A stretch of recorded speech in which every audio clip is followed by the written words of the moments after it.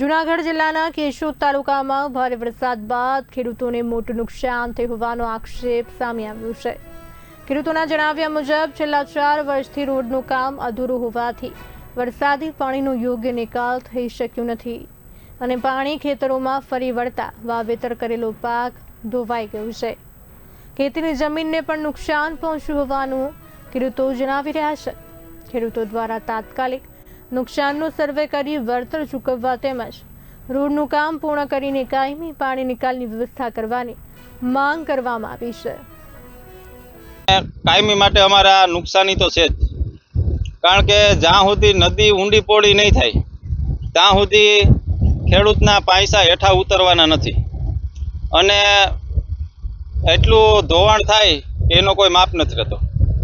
ખેડૂત દર વર્ષે રેવલ કરે, ખેતરોમાં હમા કરે, ધોઈ નાખે, પાછું ચોમાસું આવે સેલ આવે એટલે પાછી ખેતી કે એટલે જ્યાં સુધી આ નદી ઊંડી પોળી નહીં થાય ત્યાં સુધી આના પ્રશ્ન કાયમી માટે ખેડ વિસ્તારમાં ખેડૂતને રહેવાનું। અને માંડવીનું વાવેતર કર્યું હોય તો માંડવીના વાવેતરમાં હજી વાવી લીધી હોય ને સેલ આવે એટલે એ વાવેતરનું અમારું પૂરું થઈ